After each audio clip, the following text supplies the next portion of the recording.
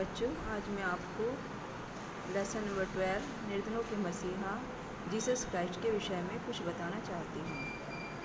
संसार में अनेक महापुरुषों का अवतरण हुआ, परंतु इस महापुरुष की कहानी विचित्र है।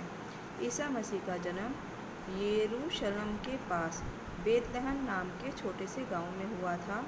इनकी माता का नाम मरियम तथा पिता का नाम यूसुफ था। वे जानरत में रहते थे, जो आजकल पश्चिमी जॉर्डन में है।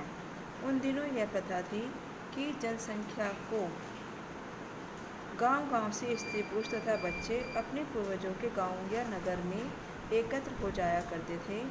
इसी उद्देश्य से वे अपने पूर्वजों की जन्मभूमि बेतलहम पहुँचे। उस समय नगर में बड़ी भीड़ थी, उन्हें वहाँ ठहरने के लिए कोई स्थान न मिला।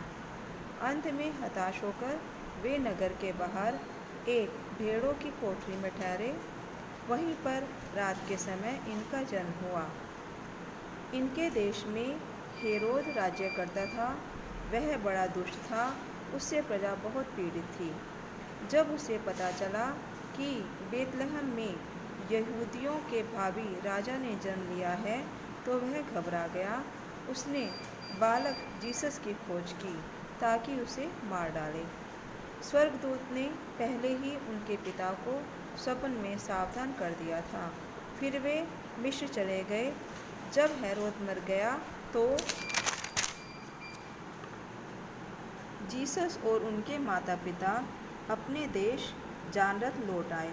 लगभग 30 वर्ष तक जीसस अपने पिता के साथ बढ़ई का काम करते थे। 31 वर्ष की अवस्था में ईश्वरीय प्रेरणा लेकर 40 दिन तक प्रार्थना व उपवास में रहे। तपस्या पूरी होने पर इन्होंने उपदेश देना शुरू किया। जो समय बचता वे रोगियों की सेवा करते थे। कुष्ठ जैसा असाध्य रोग भी स्पर्श मात्र से अच्छा होने लगा। अतः जीसस मसीहा कहे जाने लगे, मुर्दों को जीवन देने वाला। ईसा मसीह के उपदेश कट्टरपंथियों के धर्म गुरुओं को अच्छे नहीं लगे। ईसा को अपराधी ठहराया गया और उनके लिए प्राणदंड का आदेश हुआ। उन्हें 2 साधारण लुटेरों के साथ बेलबरी नामक स्थान पर क्रूस पर लटका दिया गया। जनश्रुति है कि मृत्यु के 3 दिन बाद ईसा फिर जीवित हो गए तथा 40 दिन तक उन्होंने अपने शिष्यों को दर्शन और उपदेश दिया। अपने अनुपम बलिदान द्वारा ईसा अमर हो गए।